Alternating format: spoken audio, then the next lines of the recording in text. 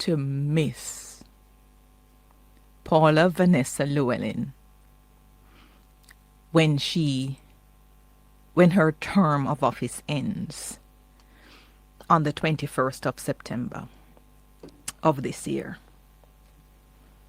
I'm going to miss her, as I'm sure many of you will, because never before in the history of the Office of the Director of Public Prosecutions have we had such open, transparent, accountable office. An office whose leader is prepared to come and lead from the front, to take you through full understanding of what goes on and why. She tells us exactly the reasons decisions are made on all matters of public import. And not only does the office of the DPP, which she leads, not only does it send out press releases, but she puts herself out front every single time and answer the questions. And yesterday, on Beyond the Headlines, I had, and I hope you did, a very clinical and a laser look into a brilliant piece of cross-examination by an attorney at Myers, Fletcher and Gordon, Stephanie Banks, I believe her name is, who clearly prepared the cross-examination of a marine biologist who gave evidence on behalf of the Crown and in support of the prosecution that was brought against Wysinko. What Paula Llewellyn did yesterday in reading out some extracts of that cross-examination, it demonstrated, certainly to me, that a review of that case needs to be conducted, not only by NEPA, but by other relevant authorities, because I'm not very clear, based on what came out in cross-examination, the real and the proper basis on which the prosecution was even brought against Wysinko. Right? Let me just take you through some of what the DPP questioned, brought to the public through the questioning of defense counsel of a marine biologist in the trial.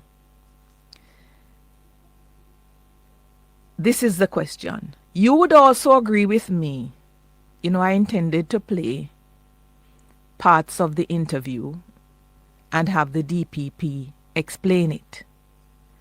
But I'm not sure, because of the systems issue that we're having here, whether it will allow that to happen. Perhaps when we go to the break at 15, then we can figure that out. You would also agree with me that it's standard practice to take water samples at the location of an alleged polluter. Yes. You mentioned 3 locations that you visited on July 18, 2023, correct? Yes. 2 were off Dyke Road. Yes. You observed your colleague, a name has been redacted, taking samples at 3 locations. Answer, no. Samples were taken at one of the locations. One at one of the locations off Dyke Road and one at Crum Bridge. So samples were taken at one of the locations, one at one of the locations off Dyke Road, and one at Crum Bridge. And it's very important, listeners, for you to make a note, perhaps a physical note, of where the samples were taken according to this marine biologist who was being questioned by Missy Banks. What site did you go first? The location of Dyke Road was visited first.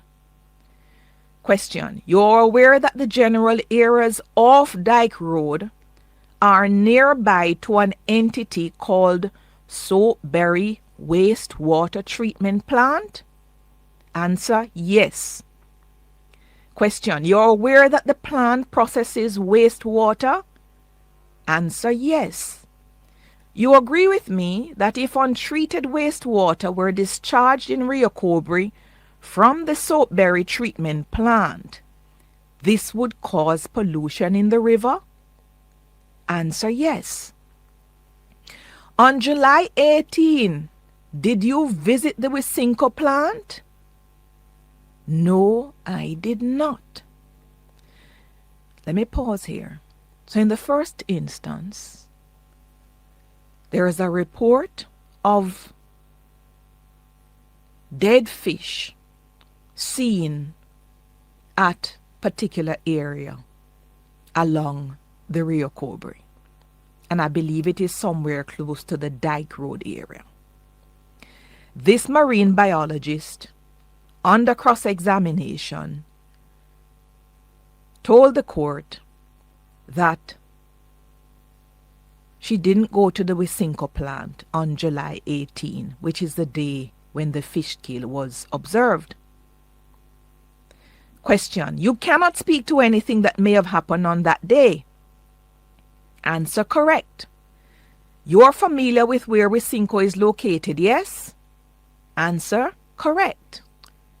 You are therefore familiar with the White Marl and Lake Spence areas in St. Catherine?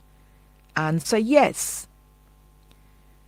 I would take it therefore, and they redact a name, that you are aware that the Dyke Road is some distance away from Wisinko Group Limited. Answer. Yes. And this is very important. So the Dyke Road area that somebody went to on July 18, it is some distance away from Wisinko. So you make a note of that. So if you measure along Rio Cobre from Wisinko Group Limited to Dyke Road locations, you will find a distance of approximately 5 kilometers. Answer. Yes. Let me take a break and come back with you.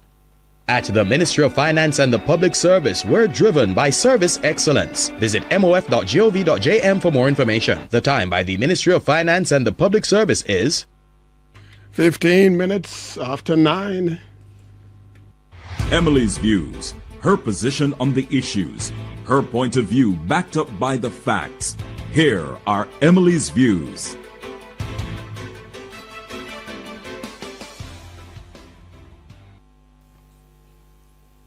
So it was admitted by this marine biologist that the distance from Rio Cobre, along Rio Cobre from Wisinko Group to Dyke Road locations, that's approximately 5 kilometers. Question. In contrast, Soapberry Wastewater Treatment Plant is approximately 2 kilometers from the Dyke Road area or less. The answer is yes. Question. Yet, despite the distance from Wisinko to Dyke Road, which is 5 kilometers, I just put in the which is 5 kilometers, no water samples were taken at or near Wisinko, correct? Answer. Correct. Question. You would agree with me, based on your expertise in biology and your experience as an environmental officer, attending to waste to watershed monitoring, that in order to link a substance or liquid from one source point to another location point B, scientifically you ought to take samples at point A and point B. Answer. Correct. And in this example, Wisinko is point A. Correct? Answer correct. Question. Therefore, based on the absence of any water samples from Wisinko Group Limited, you cannot specifically link or establish the source of any factors or quantities that were tested in the two locations you observed. Answer, yes. Question, is it fair to say you do not know the source of any of your observations made on July 18 or water quality testing results? You do not know the source of what was found? Answer, I do not know the source. Correct. I want to pause here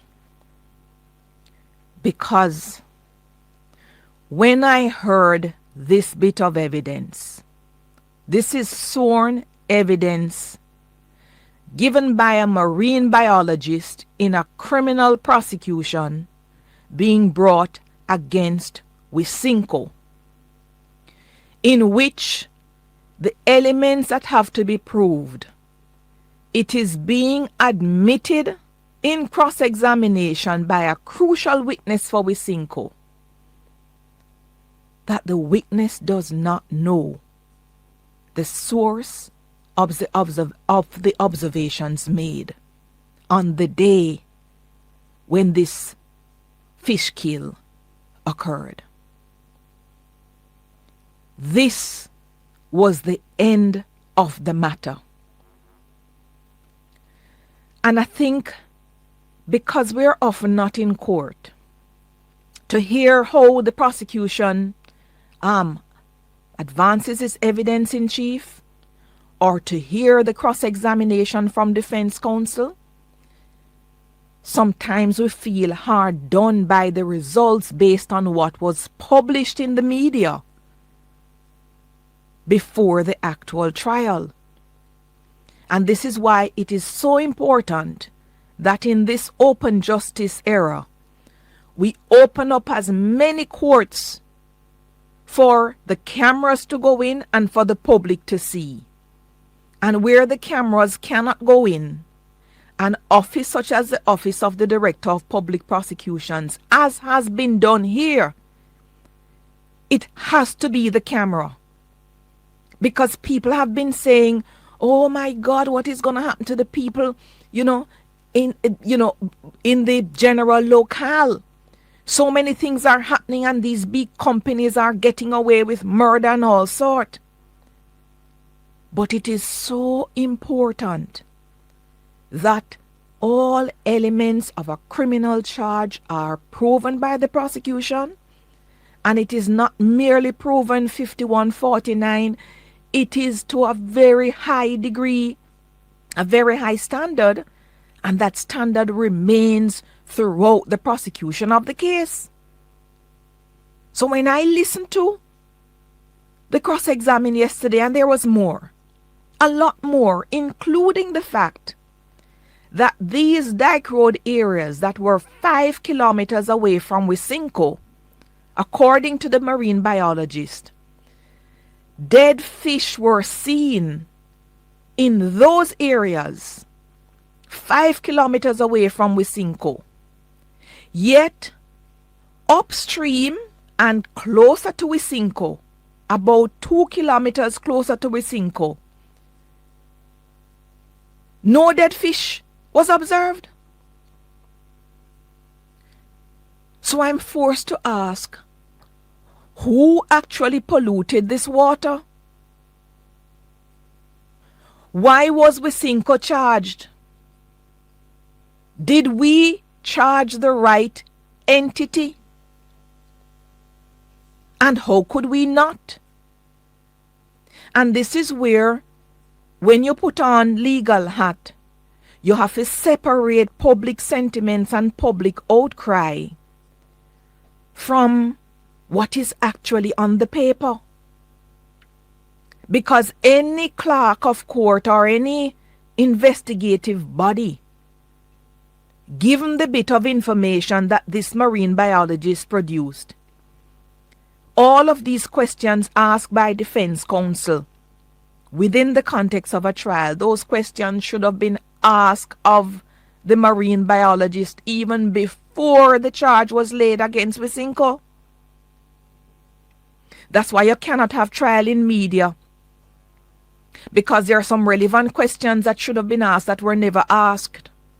And that particular company was dragged through the coals. They put up the name on social media, tell them what product they carry, and people were encouraging withdrawal of purchase from the company. The company, there have been instances when the company has been found in violation of whatever standards. But this particular time when the company was charged based on the evidence that actually came out in court, it seems to me that this company may not have done it. Forget about the standard of proof, which the prosecution couldn't reach. Forget about that. The question was even based on everything. Was there another entity that was possibly responsible this time around? And it is now too late for further investigations in relation to that fish kill, because wherever the fluid emanated from, or whatever was the source of the pollution, it is no longer there. It's 2 years late. And that's why we have to be very, very careful. So many times we hear things in the media, and when the matter goes to court, it's a completely different result, and we cannot understand. That is because there's a full duty of disclosure in criminal court, in civil court as well. And sometimes what comes out, it's literally all cards on the table that you don't get when people are upset. So we need to be asking who polluted the water on the 18th of July 2023, because it doesn't seem to me that Wisinko was even responsible. And the company suffered a lot of reputational harm. The residents have been disadvantaged and were seeking blood perhaps from the wrong company.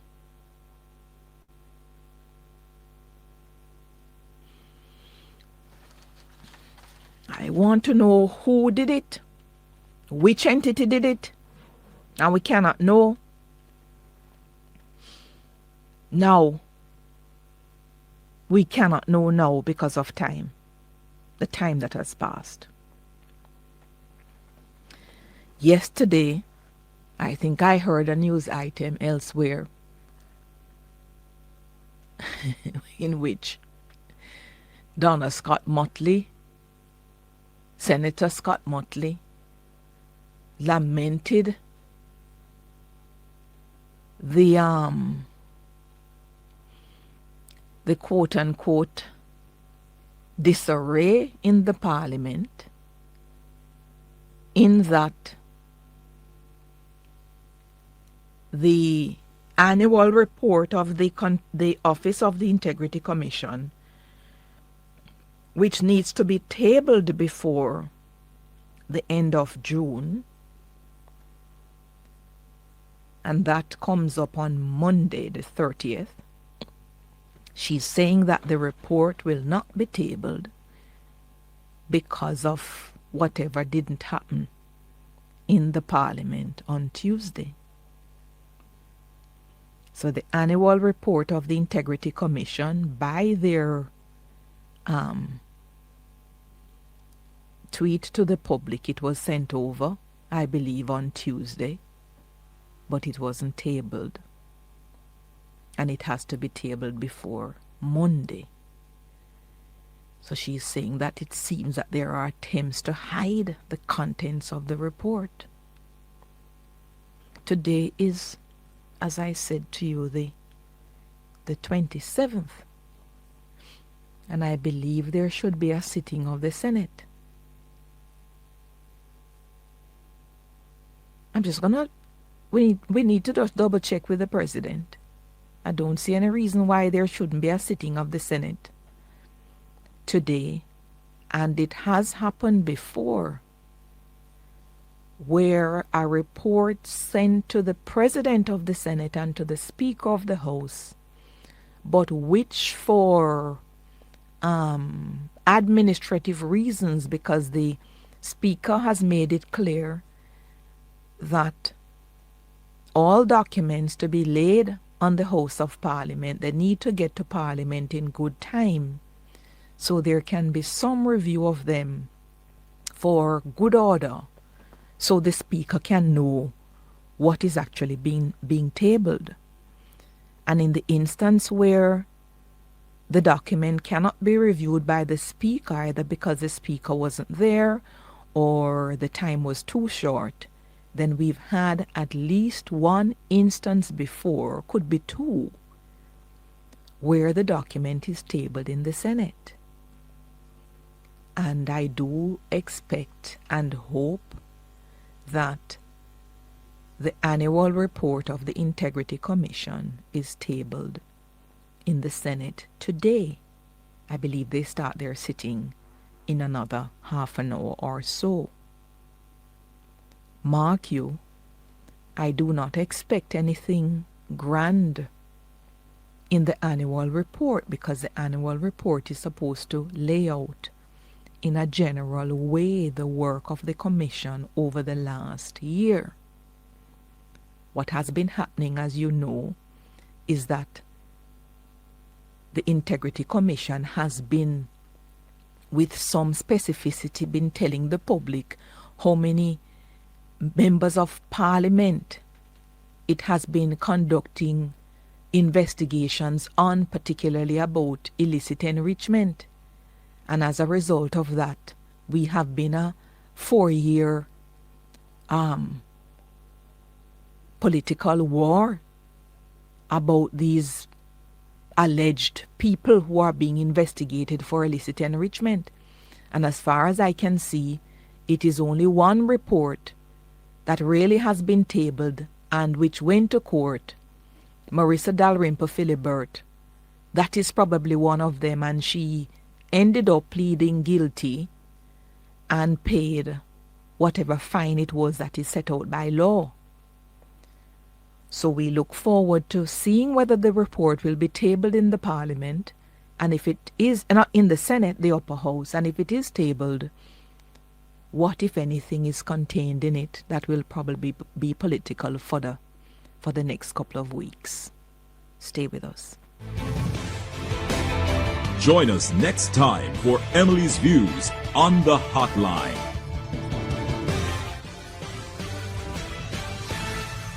Clear your barrels and personal shipments with ease and convenience. Request a customs contactless clearance today through ccp@jca.gov.